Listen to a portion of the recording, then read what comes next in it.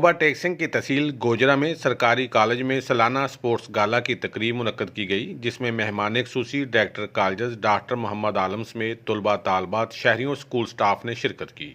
रंगारंग तकरीब में पाक फौज की वर्दियों में मलबूस तलबा ने जबरदस्त फन का मुजाहरा पेश करते हुए मेहमानों को सलामी पेश की। पेश कर रहे हैं